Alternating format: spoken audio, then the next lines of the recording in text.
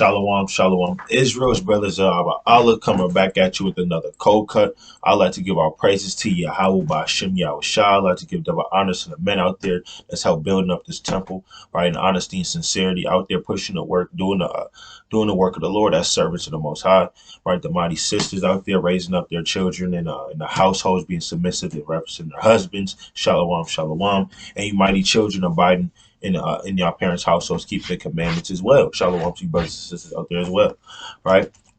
On this Shabbat morning, Shar Shabbat, right? Happy Sabbath, right? We're going to get into Zechariah, the 14th chapter, right? Let's get into some more prophecy, right? Zechariah chapter 14, right? So we're going through some prophecy this week, man. All right, so let's hop into it. This Zechariah, just to understand a little bit something about Zechariah during that time period, right? He was a prophet during the post-Babylonian captivity, right? He was a prophet during that time, right? The beginning of the Persian and Median Empire, right? With Haggai, with the other prophet Haggai. You know, brothers, you read the book of Haggai, right? Haggai was with him during that time, and they helped build that second temple. They helped go back, right, to Jerusalem. They were one of those people that went back, leaders, to help build up our walls again, man. Right, so this is a prophecy during that time. All right, so let's hop into it. Zechariah chapter 14, verse 1. Behold, the day of the Lord cometh, and thy spoil shall be divided in the midst of thee. Right, so the day of the Lord is talking about the second coming of Yahushua, right? And the spoil are the rewards or the pleasure of war that we're gonna get when we rob the heathen, man. Right? We're going to rob the heathen. We're going to take everything that they took from us, man. Right? When we're in our land, and we're also going to be ambushed by Russia in these different lands as well. Right? But guess what? Hey, let's get to Zephaniah chapter 1. Let's get a little bit more about that day of the Lord. All right?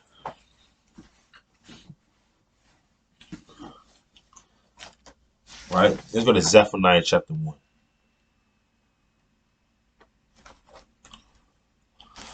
This is the book of Zephaniah, chapter 1 and verse 16. Let me start at verse 15. Let's start at verse 14. The great day of the Lord is near. It is near and hasteth greatly. So the great day of the Lord that we keep reading about is coming very quick, right? And it says, even the voice of the day of the Lord, the mighty man shall cry there bitterly. So the strongest man that you know is going to cry like a little girl on that day. The day is a day of wrath. So it's going to give attributes of what this day is like, man. Right? Just in case you don't know what the day of the Lord is, hey, you're reading it. Right? It's a day of wrath. Right? A day of trouble and distress. So wrath is anger. Fierce, violent anger, man. Right? A day of trouble and distress. Right? A day of wasteness and desolation. It's going to be barren. A day of darkness and gloominess, and a day of clouds and thick darkness. Hey, that doesn't sound like something happy, man. That doesn't sound like something that you want to be a part of, man. Right? This day is very bad, man, that the Lord is coming with. Hey, in the book of Job, I believe the 14th chapter, hey, Job said, hey, I wish you hide me in the grave during that time, man. Right? Habakkuk said the same thing as well to the effect, man. Right? Because this day is not like any other day. And it says, verse 16, a day of the trumpet and alarm against the fenced cities and against the high towers. Meaning, hey, guess what? A war is going to be declared on these. And the fenced cities are like Chicago, Atlanta, DC. Those are your fenced cities. Hey, a trumpet is used for war. We go back to Numbers, the 10th chapter, right? Hey, guess what? That trumpet is going to be used for to declare war in these cities, right? And it says, and I will bring distress upon men, that they shall walk like blind men, because they have sinned against the Lord, and their blood shall be poured out as dust, and their flesh as the dung, right? Neither their silver, and think about that, your blood being poured out as dust. Think about how much blood that has to be, man, right? Cast it out like dung. Ain't gonna be no burials, right? Hey, the Lord, this day is not like anything other.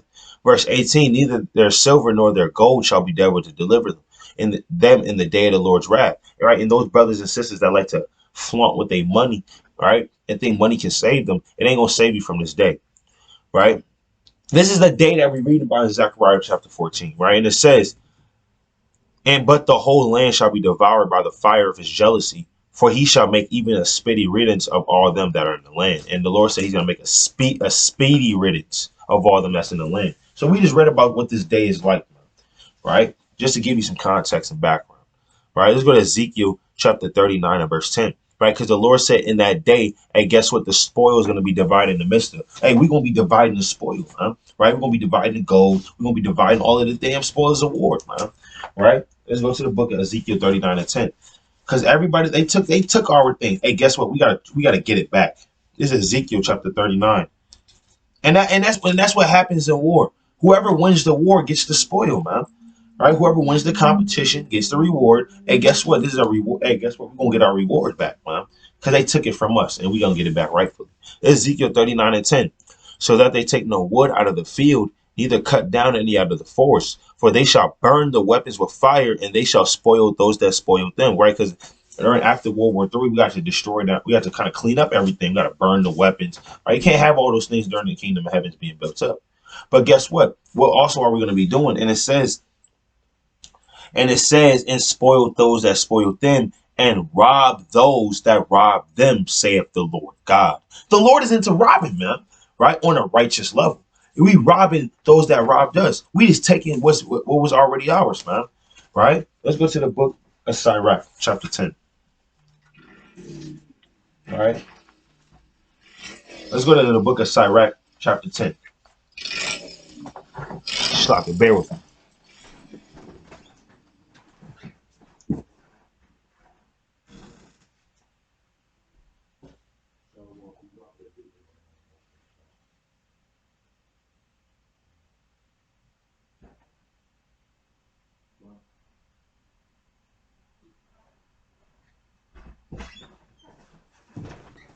All right. Hey, guess what? We robbing those that robbed us, man. Right? We taking everything back. So let's go to Ezekiel chapter. I'm just like Sirach chapter 10, because that's what happens in war, man. That's what happens when kingdoms are translated to another kingdom. Right? It's Sirach chapter 10 and verse 8. Because of unrighteous dealings, injuries, and riches got by deceit, the kingdom is translated from one people to another. So this kingdom that Esau is in is going to be translated to Yahweh Hashem Yahushua to reign forevermore with this people. And we're going to get everything that they have, and it's going to be translated to our kingdom. Right? Where's our history? Where's our thing? Where's our gold? Guess what? We're going to take all of those things back. And the Lord said that's going to happen in that day. Right? That's going to happen in that day. And we patiently waiting for that day. All right. Zechariah 14 and verse 2 again. I'm sorry, verse 2. For I will gather all nations against Jerusalem to battle, and the city shall be taken, and the houses rifled, and the woman ravished. Hey, that word ravished that's going back to the word raped, man. The women gonna be raped during this time. Hey, this Bible get gruesome, man. Right? The cities are gonna be taken. The houses people gonna be rifling the houses. The women gonna be getting raped in the houses, and half of the city shall go forth into captivity, and the residue of the people shall not be cut off from the city, man. Right? And it says, then shall the Lord go forth, and this is all in that day. Then shall the Lord go forth and fight against those nations as when he fought in the day of battle. Right? And guess what? Let's go to Revelation chapter 12 and verse 7. Right? The Lord's going to go forth and fight those nations as he fought in the day of battle. Man. Right? Let's go to Revelation chapter 12. Let's read about this battle, right? Against this dragon. Right? This is Revelation 12 and 7. And there was war in heaven. Right? Michael and his angels fought against the dragon, and the dragon fought against his angels.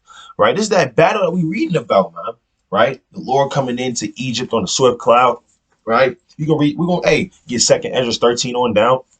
We reading about this battle, man. The Lord gonna come in, man.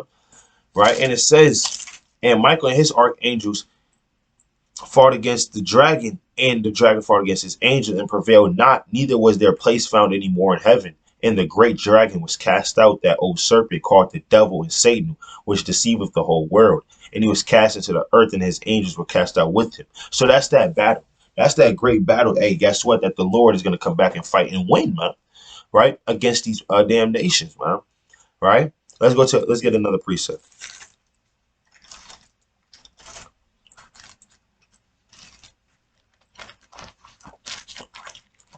All right, this 2nd Ezra chapter 13. All right, this 2nd Ezra chapter 13 and verse 6. But beheld, and lo, he had graved himself a great mountain, flew upon it. So this is Yahushua coming from the second heaven. Ezra said this man, Yahushua, came in on a damn chariot so big it looked like a mountain, man. Right? but I would have seen the region or place where out the hill was graven. I could not. He said, I tried to look for the start of where this chariot started, and I couldn't even do it, man. It was so big, man. It went all the way back. And after this, I beheld, and lo, all they that which were gathered to subdue them were so afraid, and yet durst fight. Hey, guess what? When these nations see that chariot and the Lord coming back for war, they're going to be so afraid in their spirit, but the Lord is going to still put it in their spirit to fight him, man. That's heavy, right? And lo, as he saw the violence of the multitude that came, he neither lift up his hand nor held sword nor any other instrument of war, right? But only I saw that he sent out his mouth as it had been a blast of fire, and out of his lips a flaming breath, out of his tongue he cast out sparks and tempests, right? He spoke the word of the Most High, man, and it utterly came out like fire and destroyed and consumed those nations. And they were all mixed together, the blast of fire, flaming breath, and the great tempest, and fell with violence upon the multitude which was prepared to fight, and burned them up every one, so that that upon a sudden of an innumerable multitude was to be perceived, but only dust and the smell of smoke. Damn. That fire consumed all. You have to understand, this is World War III. There's probably over something over like 100 million soldiers, tanks, damn bombs, drones, all of these different things, all of that consumed in an instant, man, by the Lord Yahweh Shem Yahshua. He didn't have any weapon on him, nothing. He just spoke the words of the Most High God and consumed all of that with fire, because the Lord's words is fire, man. Jeremiah 23 and 29, right? So guess what? Hey, when Ezra said what? What did he say after that? When I saw this, I was afraid. Hey, Ezra, if we seen that too, we would be afraid as well. And you'll have brothers and sisters in that day afraid, man.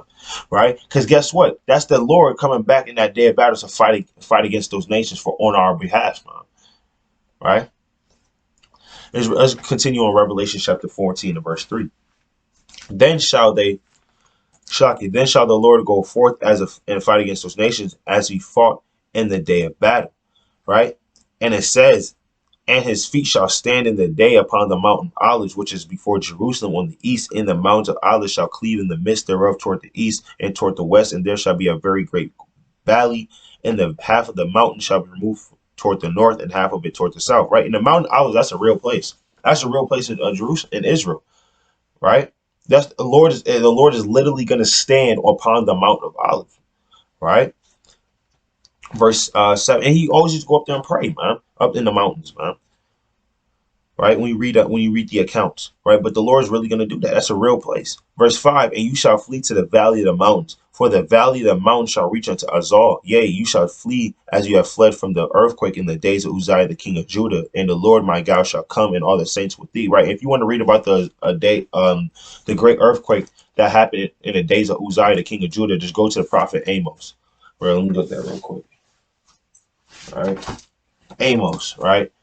Little history, right? Going back to the earthquake that happened during that time, right? It was a very big earthquake, man. Right? This is Amos chapter 1 and verse 1, right? It kind of references it. Amos 1 and 1. The words of Amos was among the herdmen of Tekoa, which he saw concerning Israel in the days of Uzziah the king of Judah, and in the days of Jeroboam the son of Joash, king of Israel, 2 years before the earthquake.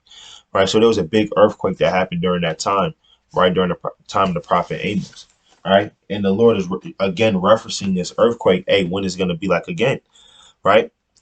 And I read verse 5, and it says, and you shall flee to the valley of the mountains, Zechariah 14 and 5, and you shall flee to the valley of the mountains, for the valley of the mountains shall reach unto Azal. Yea, you shall flee like as you have fled from the earthquake in the days of Uzziah, king of Judah, and the Lord my God shall come, and all the saints with thee. Right? Hey, the Lord's going to come back. It's going to be like a big earthquake that's going to hit.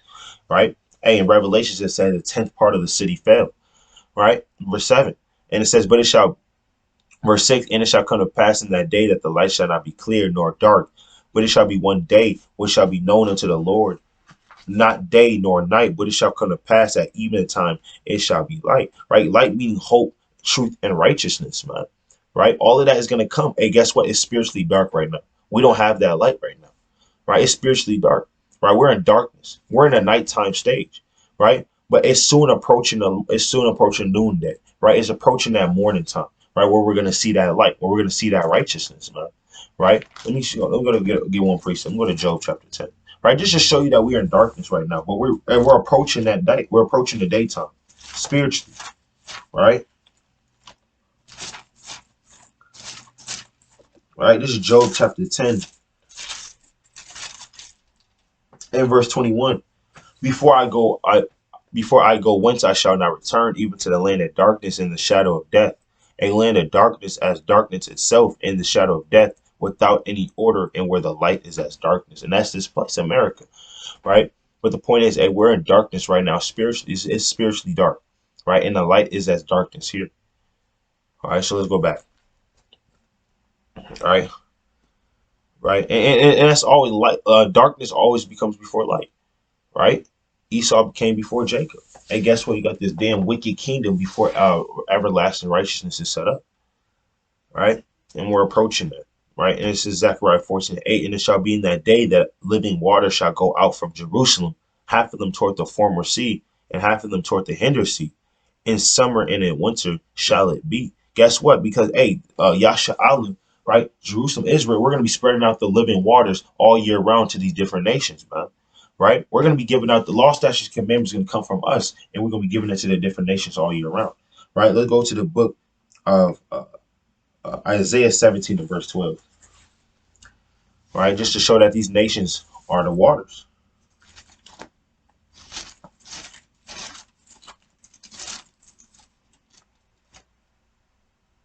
This is Isaiah 17 and 12. Woe to the multitude of many people, which make a noise like the noise of the seas. So a multitude of many people like the noise of the seas, right? These nations are compared to as the waters in the scriptures. And to the rushing of nations that make a rushing like the rushing of mighty waters. The nations shall rush like the rushing of many waters. But the Most High shall rebuke them, and they shall flee afar off, and shall be as the chaff of the mountains before the wind, like a rolling thing before the whirlwind. So these nations are compared to his waters. Right? Let's get another precept. Let's go to Psalms chapter 69. Right? Let's go to Psalms chapter 69. This is Psalm 69 to 14. Deliver me out of the mire, and let me not sink. Let me be delivered from them that hate me, and out of the deep waters. Right? So King David's not really talking about rivers right now. Right? He's not really talking about the literal waters, man. He's talking about these nations that hate him. Right? They're the mire. The wicked are like the mire. Right? Isaiah 57 and 20. Right? And it says, let not the water flood overflow me, neither let the deep swallow me up, and let not the pit shut her mouth upon me. Don't let me be consumed by these nations, and don't let these nations consume me. Right? How do you know these nations are waters? No, let's go to Psalm chapter 144 and 7. Right? That wasn't right. It's Psalms 144 and 7. Send thine hand from above, rid me and deliver me out of great waters, from the hand of strange children. So these nations are strange children. They're the waters that can pass you about, because waters always can pass you. If you're in a river or in the ocean, they can pass you. That's how these nations do us. So let's go back to Zechariah 14, right? And it's in verse 8, and it shall be in that day that living water shall go out from Jerusalem, right? These words, right? The words of the Lord, right? Half of them toward the former sea, and half of them toward the hinder sea. So before us and behind us, meaning all around, right? And it says, in the summer and in winter shall it be, me all year round. We're going to be doing these things, man.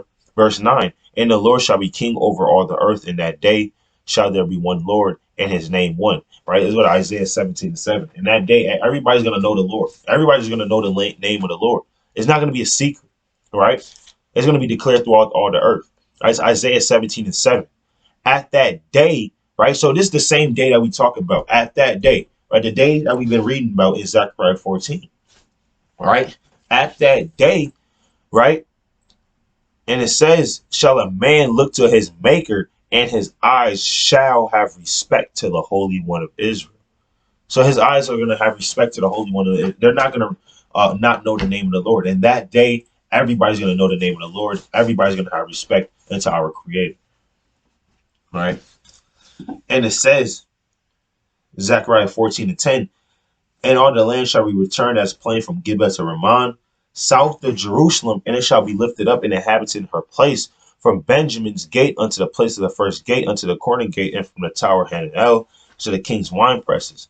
And men shall dwell in it, and there shall be no more utter destruction, but Jerusalem shall be safely inhabited. Right? So death, hey, guess what? There's not going to be any more death, man, because in the kingdom of heaven, For the Israelites, that's going to be abolished. For the other nations, they can die, right? But it's not going to be any more death for Yasha'Allah. That's what it means, no more utter destruction. Let's go to Revelation 22 and 3.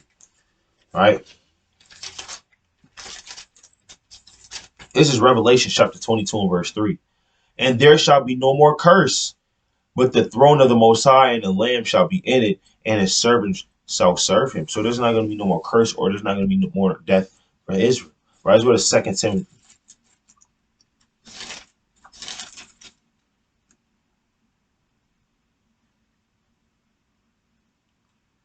Right?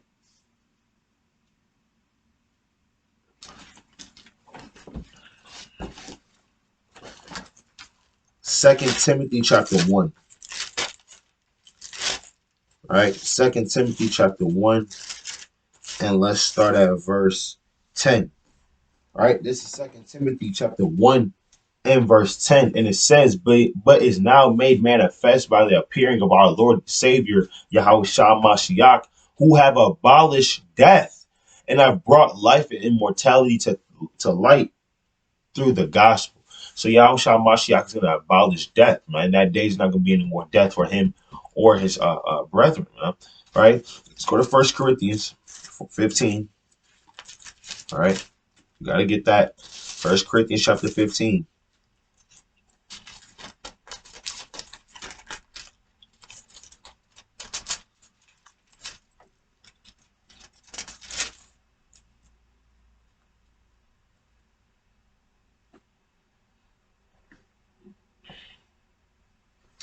This is 1 Corinthians chapter 15. And I'll start at verse 26. The last enemy that shall be destroyed is death. The last enemy that shall be destroyed is death. So death is not going to be a factor, right? When in that day, right? When Yasha'Allah takes over, man, right? In that day, right? In Zechariah 14 and verse 11 again, and men shall dwell in it, and there shall be no more utterly destruction, but Jerusalem shall be safely inhabited. And this shall be the plague wherewith the Lord will smite all the people that have fought against Jerusalem. Their flesh shall consume away while they stand upon their feet, and their eyes shall consume away in their holes, and their tongue shall consume away in their mouth. And that's the result of a nuclear bomb blasting and it hitting your flesh. That's what's going to happen that's going to be the plague that hits a lot of people, right? Behind the famine, right? Famine is going to be the second leading cause of death. The number one leading cause of death is an ICBM nuclear missile. ICBM nuclear missile is going to be the leading cause of death. This is going to be the plague where the Lord's going to smite all the people, man. Right? You get skin disintegrating off your body, your tongue consuming away, your eye sockets consuming away back in their holes. That's what's going to happen, man. Right? That's what the Lord has in store for these people. Right? Let's read on. Right? And it says, 13, and it shall come to pass, it's going to happen. And that in the glory, and in that day, and that a great tumult from the Lord shall be among them, and they shall lay hold every one of the hand of his neighbor, and his hand shall rise against the hand of his up against the hand of his neighbor. So you seeing that right now. You seeing these Egyptians being set against the Egyptians. Look at Isaiah 19 and 2. Right? There's gonna be a lot of robbing, stealing, fighting on the earth, man. All right, it's Isaiah chapter 19.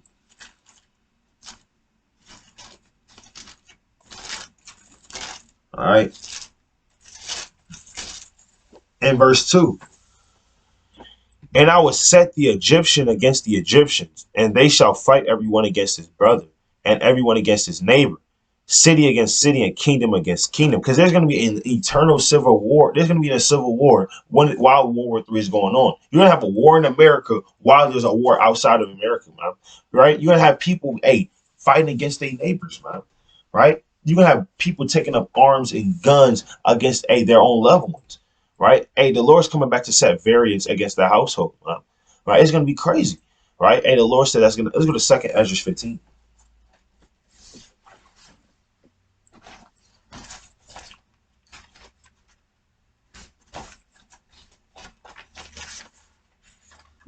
All right, this is 2nd Ezra chapter 15.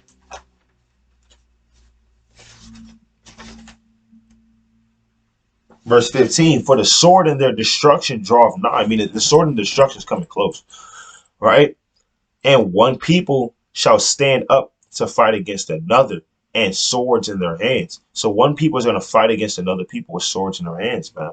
Right? And we're seeing that right now, right? Sword in your modern day swords is guns, man. One people, race wars. You have one people fighting against another people. You have the damn 1% of elitists fighting against the damn this, the Republicans fighting against the Democrats. It's just going to be all men are fighting on all levels.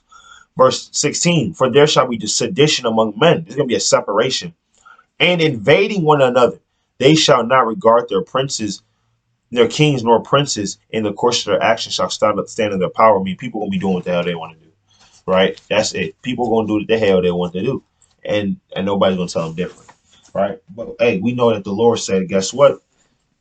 Read verse 13 again. And it shall come to pass in that day that a great tumult from the Lord shall be among them, and they shall lay hold on every one of the hand of his neighbor, and his hand shall rise up against the hand of his neighbor. And Judah also shall fight at Jerusalem, and the wealth of all the heathen round about shall be gathered together, gold and silver and apparel in great abundance, right? Because we're going to reclaim the gold, and we're going to reclaim all of those different things, that wealth, that abundance, the apparel, the everything. That's all coming back into Yasha'Allah, right? Verse 15, and it shall be the plague of the horse, of the mule, of the camel, and of the ass, and of all the beasts that shall be in the tents as in the plague.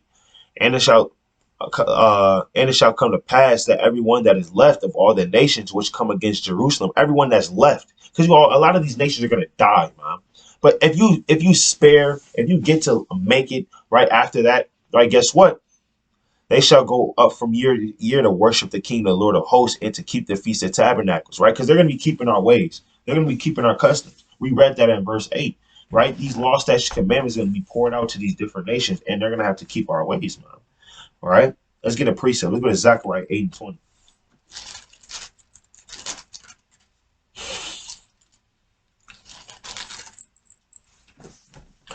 This is Zechariah 8 and 20. Thus saith the Lord of hosts, it shall yet come to pass that there shall come people and the inhabitants of many cities, and the inhabitants of one city shall go to another, saying, let us go speedily to pray before the Lord, and to seek the Lord of hosts. I will go also. Right? So you have people from many different cities all about, because we're going to allow the nations go back to their lands after 1,000 years. Right? And afterwards, hey, you're going to have different people from different cities trying to come to our nation, our homeland, to serve our God. Right? It's going to say, yea, many people and strong nations shall come seek the Lord of hosts in Jerusalem, and to pray before the Lord. Thus saith the Lord of hosts, and those days it shall come to pass that 10 men shall take hold, meaning a complete amount of men, a whole amount, right? Shall take hold of all the languages of the nations, even shall take the hold of the skirt of him that is a Jew, saying, we will go with you, for we have heard that the Most High is with you. Right? They're going to be damn pulling, hey, we know the Most High is with you. Let us come. Please let us go up to Jerusalem with you. And you got to kind of get off me, heathen. You got to kick them in their nose. Right? And they're going to get back up and say, can we please go with you? Right? And you're going to look at them and say, right? And they're going to still follow you anyway. Right? Let's go to Micah chapter 4. Right? So this is what's going to happen. This is prophecy. Right? Don't get mad at this. Don't get mad because they're going to hold on our skirt, man. Right? A lot of people not clicking off this video, right? They thought everybody's going to be equal in the kingdom. Right? Micah 4 and 2. And many nations shall come and say, come and let us go up into the mountain of the Lord, meaning the kingdom of the Lord, and to the house of the Most High, the God of Jacob, and he will teach us of his ways. Right? They're going to be willing to be taught the ways of the Lord. Right? And we will walk in his paths, for the law shall go forth of Zion in the word of the Lord from Jerusalem. Those are the waters going forth from the east country, which is us, to these different nations, the former sea and the hinder sea. All right. So let's go back to Zechariah.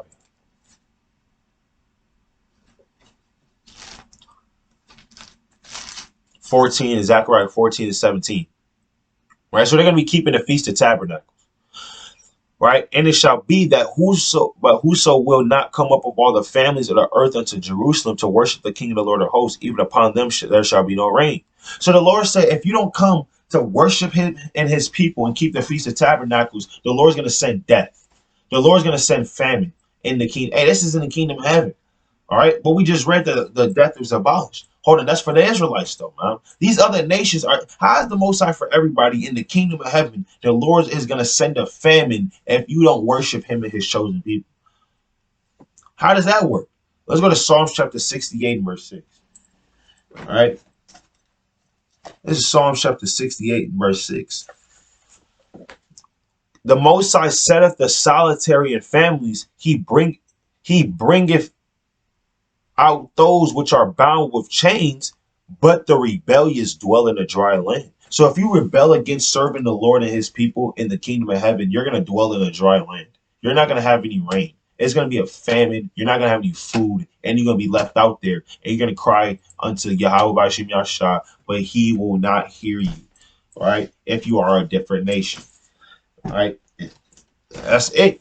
All right. So that's their punishment for not serving him and his people or keeping any of the high holy days, because you're not going to be forced to, right? You're not going to have any rain.